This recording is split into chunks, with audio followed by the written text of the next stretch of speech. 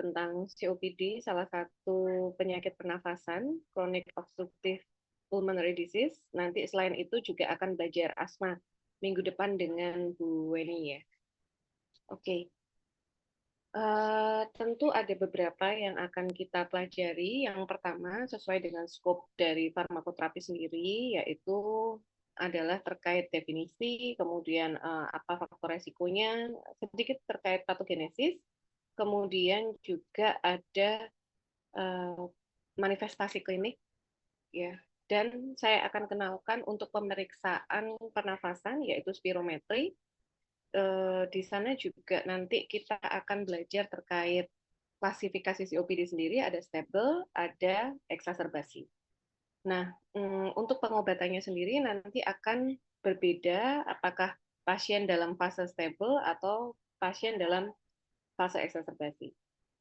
Kemudian bagaimana juga terkait penanganan COPD pada jika bertemu dengan beberapa penyakit ya atau komorbid gitu. Oke, ini adalah materi yang pertama, jadi tentang epidemiologi dan definisi. Jadi tentu untuk kita bisa memahami penyakitnya itu seperti apa, maka kita lihat dulu.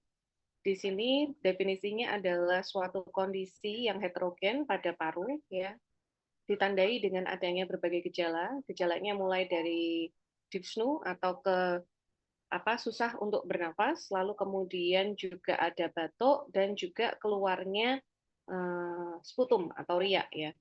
Sputum atau ria dan atau itu bisa jadi ada kondisi yang memburuk ya seperti itu di beberapa gejala ini.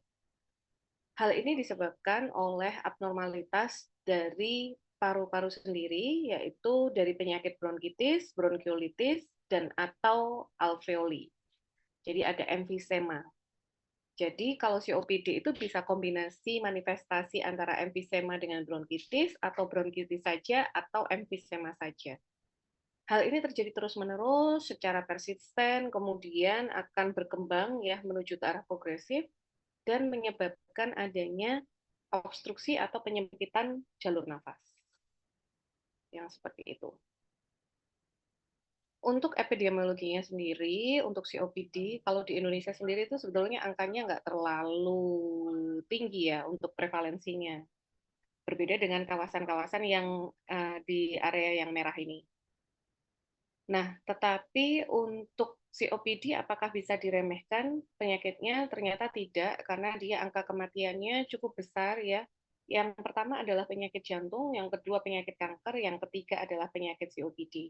Itu adalah penyakit tertinggi yang menyebabkan kematian ya secara global. Lalu apa penyebabnya? Penyebabnya tentu disebabkan oleh merokok, rata-rata ya, merokok. Tergantung nanti areanya, mau area low middle income country atau high income country. Di high income country, orang-orang yang COPD itu kebanyakan disebabkan oleh merokok, 70%.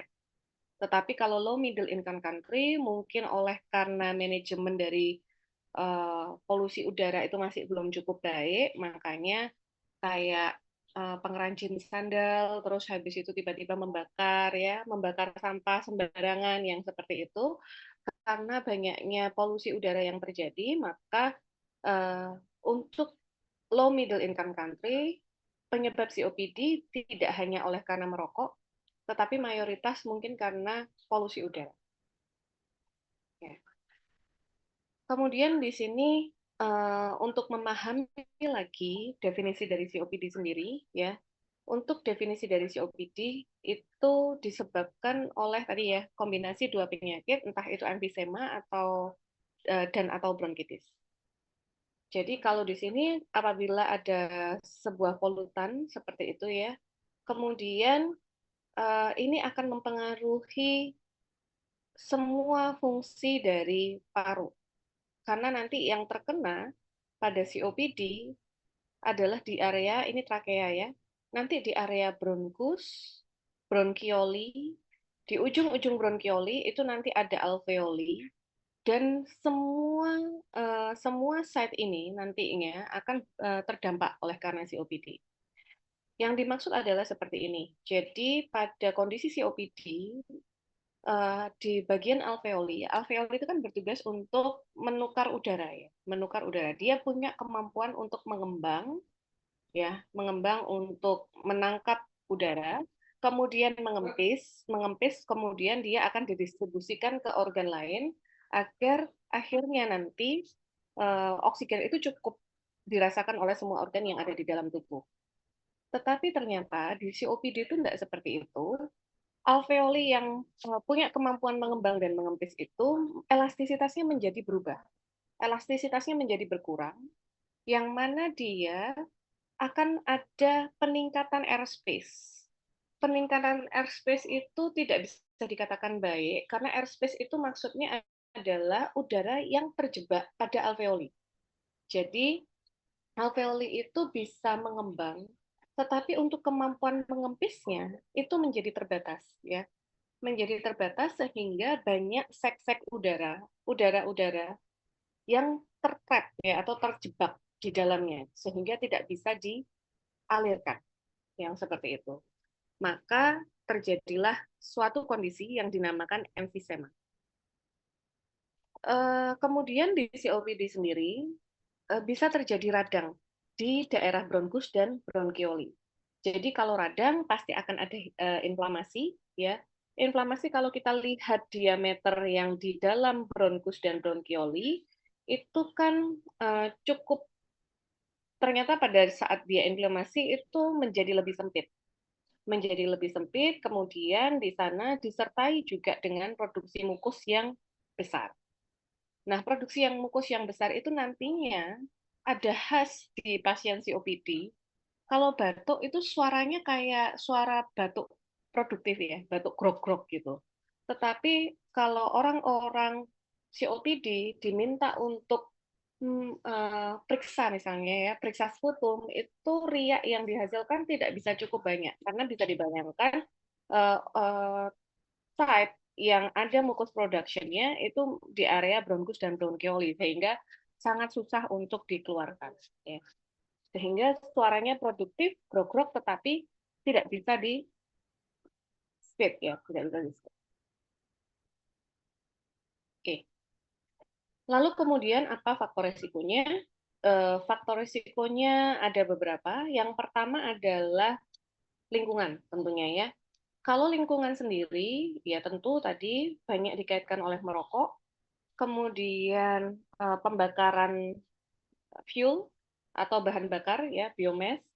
Kemudian kalau seseorang bekerja di area-area yang memang dekat pembakaran atau pengasapan ya, seperti itu, atau memang sehari-harinya itu adalah terpapar udara. Nah, yang seperti itu akan meningkatkan resiko terjadinya COPD. Kemudian faktor resiko lain adalah faktor genetik, ya faktor genetik. Faktor genetik ini paling baik dicontohkan adalah kakak saya, ya. Kakak saya itu akuntan, di mana mungkin kalau akuntan banyak stresnya ya. Setiap hari dia hitung uang, tapi bukan uangnya sendiri ya. Sehingga untuk pelampiasan stresnya dia ngerokok. Nah, sejak remaja dia ngerokoknya itu bisa berapa? Satu bungkus, 12 batang, ya. 12 batang sehari sampai 24 batang. Jadi bisa satu pack sampai dua pack itu dalam satu hari, ya, dalam satu hari. Akhirnya beliau mengeluhkan ya, eh, mengeluhkan batuk terus-menerus. Dokter memberikan diagnosa beliau bronkitis. Bronkitis, main terapinya itu adalah antibiotik. Ya. Jadi setelah diberikan antibiotik, beliau sembuh, terus tapi kemudian dia kambuh lagi, yang seperti itu ya. Sampai akhirnya beliau itu dibawa ke IGD karena kesusahan untuk bernafas, ya. Sudah terkuras energinya, sudah sangat lemas, ya. Dan ternyata dokter menyatakan eh, kakak saya COPD, ya, kakak saya COPD. Nah, orang-orang yang punya COPD itu mungkin ada mutasi genetik yang dibawa sama kayak saudara kandungnya. Jadi saya sendiri, kalau dekat asap yang terlalu mengepul ya atau dekat rokok, itu langsung ini ya, pernafasannya ngoyo, agak ngoyo, ngep ya, ngep istilahnya. Kakak saya yang kedua, saat ini tuh kalau batuk juga on off. Kalau sekali batuk dia udah susah untuk disembuhkan hanya dengan mukolitik ya. Sehingga dia pernah juga didiagnosa dengan bronkitis. Nah, mutasi genetik apa itu? Adalah mutasi genetik SERPINA1. Jadi ada gen namanya SERPINA1, di mana mutasi di area sini itu nantinya akan mengurangi alfa-1 antitrypsin. Di alfa-1 antitrypsin itu adalah suatu enzim yang digunakan untuk melindungi paru-paru. Jadi kalau SERPINA1-nya terkena mutasi, maka pelindung paru-parunya juga akan menurun. Yang seperti itu. Itu adalah contohnya ya. Kemudian ini, fungsi paru yang memang dari bawaannya itu sudah kurang menguntungkan. Contohnya pada usia tua.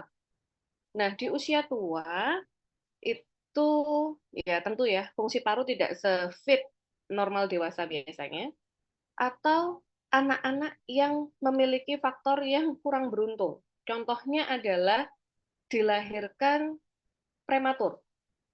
Anak-anak yang berat badan lahirnya rendah, itu juga akan mempengaruhi fungsi parunya ke depannya. Makanya kenapa uh, untuk yang hadir di sini besok calon mama-mama muda ya, biasanya pada saat hamil itu juga harus mempertahankan kehamilannya ya. Anaknya harus ditimbang atau harus di USG dan diperkirakan lebih dari 2,8 kilo ya misalnya seperti itu. Dan harus cukup waktu atau cukup umur untuk dilahirkan. Kalau tidak, itu akan mempengaruhi kesehatan fungsi-fungsi organnya yang seperti itu. Kemudian yang lainnya adalah memiliki riwayat penyakit. Penyakit apa saja? Yaitu penyakit asma. Dari kecil sudah asma. Nah, yang seperti itu akan menurunkan fungsi parunya. Kemudian pernah punya penyakit bronkitis atau infeksi paru lainnya. Jadi sejak kecil itu mungkin hidup di area yang banyak pengasapan seperti itu ya atau pembakaran, sehingga sering masuk rumah sakit oleh karena bronkopneumonia yang seperti itu ya.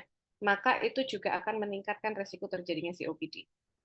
Kemudian di sini infeksi pernafasan lain, lalu juga ada tuberkulosis, HIV, itu semua akan meningkatkan COPD. Lalu jenis kelamin. Nah, kalau jenis kelamin ini penelitiannya masih terus berjalan ya. Saat ini itu oleh karena memang laki-laki adalah jenis kelamin yang paling banyak mengkonsumsi rokok, maka saat ini memang jauh lebih tinggi ya prevalensinya yang mengidap COPD. Tetapi kalau misalnya Anda jalan ya di kantin mana, di kantin FH atau di kantin FEB ya, sudah banyak teman-teman cewek kita itu yang merokok ya. Sehingga eh, saat ini posisi laki-laki dan perempuan itu sangat beda lumayan tipis lah, beda lumayan tipis dan mungkin ke depannya bisa jadi tersusul. Kemudian ada ini status sosioekonomi. Seperti yang sudah saya katakan tadi, kalau anak-anak hidup di area lingkungan yang mungkin banyak pembakaran, pengasapan dan lain-lain, itu ya akan mempengaruhi kesehatannya. Makanya Anda sebagai calon-calon mama muda, calon papa muda ya, itu juga harus memberikan lingkungan terbaik buat anak Anda tumbuh ya. Oke. Lalu di sini ada COPD berdasarkan etiologi. Nah, ini klasifikasinya sebetulnya nggak terlalu common, nggak terlalu umum untuk diberikan, tetapi agar Anda familiar aja kalau misalnya ada yang menyinggung, Anda cukup tahu gitu ya. Contohnya adalah G untuk genetik, kemudian D untuk development, C untuk cigarette ya. Untuk P pollution, I untuk infection, kemudian A untuk asma, dan U untuk unknown. Ya. Tapi ini nggak terlalu umum. Yang umum adalah stable dan exacerbation untuk terapi ya. Oke. Lalu kita bahas manifestasi kliniknya sekarang. Kalau untuk manifestasi klinik, seperti yang sudah ada di definisi, jadi ada kesulitan untuk bernafas, ada dyspnea, makin lama dia makin berat, makin lama itu dia tidak bisa melakukan aktivitas yang terlalu berat. Contohnya kakak saya itu kalau lagi ada tasyakuran di rumah, ya, beliau nggak bisa tuh angkat kayak karpet, ya, yang seperti itu, yang agak berat seperti itu, karena langsung ngos-ngosan dan eh, kehabisan nafas ya seperti itu. Itu bisa terjadinya persisten atau batuknya itu bisa intermittent 2 bulan, nanti sembuh 2 minggu, nanti kambuh lagi 2 bulan lagi. Nah yang kayak gitu itu on off seperti itu akan terjadi pada COPD dan suaranya seperti suara produktif ya. Oleh karena apa? Oleh karena ada produksi mukus tadi, tetapi pada saat mengeluarkan sputum itu tidak bisa terlalu banyak karena di area bronkus dan bronkioli. Kalau tidur ya, pasien COPD pada kondisi yang severe atau kondisi yang moderate itu suaranya bisa kayak menginya kedengarannya gitu. Dan juga dadanya tentu terasa sesak. Pada pasien COPD sendiri akan ya melakukan aktivitas menjadi cukup menantang buat beliau sehingga seringkali kehabisan energi ya untuk melakukan olahraga atau melakukan aktivitas seperti itu, bisa sampai berat badannya itu turun atau ansietas atau depresi oleh karena tidak bisa melakukan aktivitas apapun.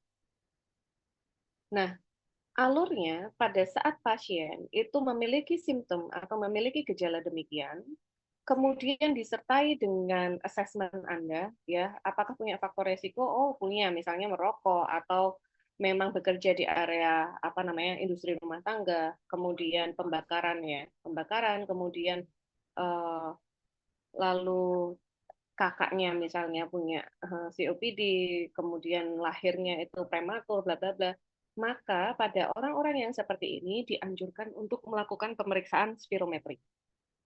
Spirometri. Karena dengan spirometri nanti kita bisa tahu kapasitas paru yang ada di tubuh kita. Ya. Sebelum kita belajar spirometri, kita bahas dulu patogenesisnya. Nah, ini adalah patogenesisnya. Karena tadi 70% oleh karena rokok ya, maka banyak yang mengkaitkan patogenesisnya itu dari rokok. Kalau kita lihat dari grafik ini ya, rokok itu akan mengaktifasi makrofag, mengaktifasi sel epitel, mengaktifasi neutrofil, di mana nanti pada akhirnya akan menyebabkan kerusakan alveoli, hipersekresi mukus, kemudian ada inflamasi, ada fibrosis atau dia menjadi jaringan ikat ya, yang susah untuk melakukan elastisitasnya tadi berkurang ya. Kemudian tissue remodeling dan juga penurunan alfa 1 antitrypsin tadi yang saya katakan. Nah, kalau kita lihat dari sini ya, ada keterlibatan TNF alfa, interleukin 1, ada ROS, ada interferon. Kemudian ada matriks metaloproteinase, ya, ada CXCL. Maka kalau dilihat dari sini, ini semuanya adalah sitokin-sitokin pro-inflamasi. Oke, sehingga perlu digarisbawahi pada COPD itu main uh, main source-nya atau penyebab utamanya itu oleh karena adanya inflamasi. Ya, inflamasi. Oleh karena itu, pada COPD itu kita menggunakan berbagai pengobatan. Tentunya dia tidak menggunakan antiinflamasi yang oral ya, contohnya adalah NSAID ya, nggak menggunakan yang seperti itu. Tetapi dia menggunakan adalah apa? Tadi bronkusnya diameternya kecil ya, sehingga kita butuh bronkodilator. Nah, bronkodilator berarti kita menggunakan semacam beta agonis ya. muscarinic antagonis yang memiliki inflamasi agent, ya, anti-inflammatory agent yang seperti itu. Itulah yang akan digunakan untuk COPD. Ya, jadi yang diambil manfaatnya adalah untuk anti-inflamasinya. Itu sangat berbeda dengan asma, ya. Kalau asma sendiri, main-nya yang terinduce itu adalah IgE atau immunoglobulin E. Di IgE itu nanti akan berkaitan dengan alergen dan lain-lain. Maka untuk menurunkan IgE kita butuh ICS, inhaler corticosteroid. Makanya kalau di asma, main terapinya itu adalah ICS. Tetapi kalau di COPD tidak seperti itu. Di COPD pakainya adalah beta agonis. Sebetulnya kalau dipikir ICS itu kan juga inflamasi, ya, bisa untuk menurunkan inflamasi pada COPD. Tetapi penggunaan antiinflamasi pada COPD itu tidak menguntungkan karena yang pertama yang diinduksi adalah ini semua, ya, proinflamasi semua.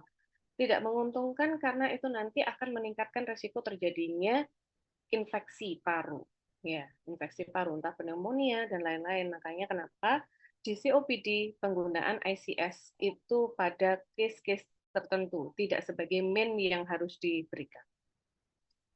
Oke. Nah, tadi seperti yang saya janjikan, saya akan mengenalkan Anda terkait pemeriksaan spirometri. Nah, di pemeriksaan spirometri itu untuk mengukur kapasitas paru Anda. Kalau dibayangkan, nanti pasiennya akan datang di polionkologi, seperti itu, ya. Terus habis itu diminta untuk menghembuskan atau menarik nafas panjang dulu, kemudian dia diminta untuk menghembuskan nafas pada tabung disposable. Nah, apa yang diukur? Yang diukur adalah nanti tabungnya itu akan terhubung dengan mesin. Nanti yang diukur adalah force vital capacity atau FVC, kemudian ada force expiratory volume atau FEV1. Apa bedanya? Kalau force vital capacity adalah semua udara yang keluar setelah pasien itu menghirup nafas dalam. Jadi pasiennya itu diminta untuk hirup nafas dalam dulu, lalu mengatupkan bibir tabung tadi, lalu diminta untuk menghembuskan kuat-kuat. Nah, itu adalah FVC. Ya. Nah, pada orang normal, sebetulnya dalam 1 detik pertama, udara yang dihembuskan itu sudah volume yang paling besar. Jadi contohnya adalah dia bisa mengeluarkan 80% atau lebih, ya, dari apa yang sudah dihirup kemudian dikeluarkan. Orang normal 1 detik pertama itu 80%. Tetapi pada orang yang COPD, ya, orang yang COPD kemampuan untuk tadi, ya, oleh karena tadi kita bayangkan dia emfisema, elastisitas dari alveolinya itu berkurang, maka untuk menghisap dan menghembus itu menjadi susah, ya, menjadi susah. Sehingga kapasitas parunya itu rendah dan juga dalam 1 detik pertama itu nggak bisa mengeluarkan sampai 80%. Kalau kita lihat di gambar yang sebelah A, ya, untuk orang-orang normal. Nah, kalau orang-orang normal, contohnya yang seperti ini ada FVC. FVC itu contohnya 5 liter kalau diukur, ya. Dalam 1 detik pertama, pasien itu terbukti bisa mengeluarkan 80%, alias 4 liter. Jadi kalau dirasiokan 4/5, 0,8, 80%. Tetapi kalau orang COPD enggak, jadi dia menghisap itu juga harus pelan-pelan seperti itu, ya. Kemudian menghembuskan itu juga harus menghembuskan itu tidak bisa langsung drastis banyak. Jadi kayak FVC itu 3,2, FEV1-nya 1,8, sehingga kalau dirasiokan itu adalah 1,8/3,2, yaitu 0,56. Jadi hanya 56%. Di bawah 70% dikatakan dia memang COPD. Tapi tidak semudah itu dikatakan COPD, jadi harus ada rangkaian seperti ini. Ya. Ada jadi pasien itu awalnya tidak pakai bronkodilator dulu atau nggak diminta untuk hirup inhaler dulu ya. Jadi dia awalnya tidak menghirup, kalau dikatakan rasionya itu udah 70% lebih ya pasiennya tidak COPD. Tetapi kalau kurang dari 70%, maka nantinya urutannya dia adalah akan diminta untuk konsumsi obat inhaler.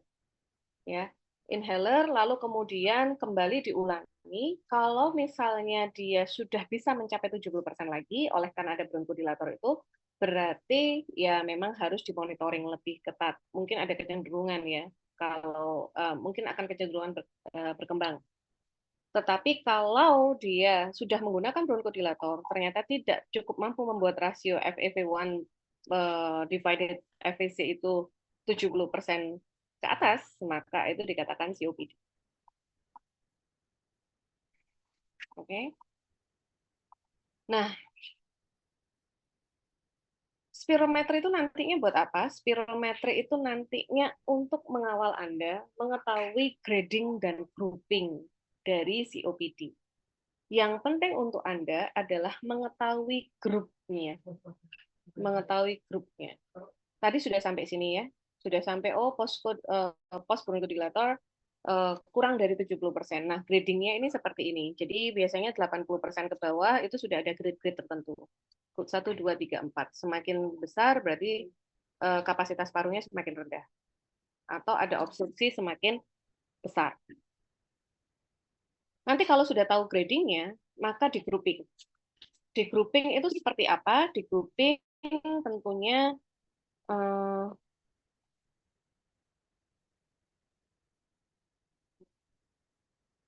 di grouping itu tentunya akan dibagi ya menjadi 3 ini ya. A, B, dan E. Bagaimana cara pembagiannya? Cara pembagiannya adalah ditanya dulu. Apakah dalam waktu 1 tahun terakhir, ya, pasien itu pernah dirawat di rumah sakit oleh karena adanya kasus ini eksaserbasi, ya, atau kasus pemberatan kondisi oleh karena pernafasan. Kalau memang dikatakan, ya, kalau memang dikatakan dia pernah masuk rumah sakit oleh karena itu, maka dia langsung masuk klasifikasi E. Kalau zaman 2022 ke bawah itu masih ada klasifikasi C dan D, tapi sekarang sudah nge-merge atau menyatu ya menjadi grup E. Lalu bagaimana membedakan grup A dan grup B? Selain ditanyakan periode hospitalisasinya, oh kalau ditanyain nggak pernah ngamar, ya nggak pernah ngamar berarti antara A dan B. Di antara A dan B itu nanti ditanyakan dulu dengan kuesioner, namanya MMRC dan juga CAT. Apa aja yang ditanyakan? Bagaimana? Apakah pernah kehabisan nafas? Ya, kemudian bagaimana status kesehatannya? Lalu apakah memiliki resiko besar untuk apa namanya? Ada angka kematian ya, seperti itu. Kalau CAT itu ada skala Likert nanti menjumlahkan batuknya itu seberapa parah ya, kemudian sputumnya seberapa ya, kalau berjalan apakah cukup berat atau tidak, melakukan aktivitas itu akan ada keterbatasan atau tidak, cukup pede nggak untuk melakukan aktivitas dan lain-lain dengan penyakitnya yang seperti itu, dan kalau tidur itu ada suaranya atau tidak. Semakin besar skornya, maka simptomnya akan semakin parah ya. Nanti untuk klasifikasi atau grup A dan B dibedakan adalah jika MMRC-nya lebih dari 2, kemudian CAT-nya lebih dari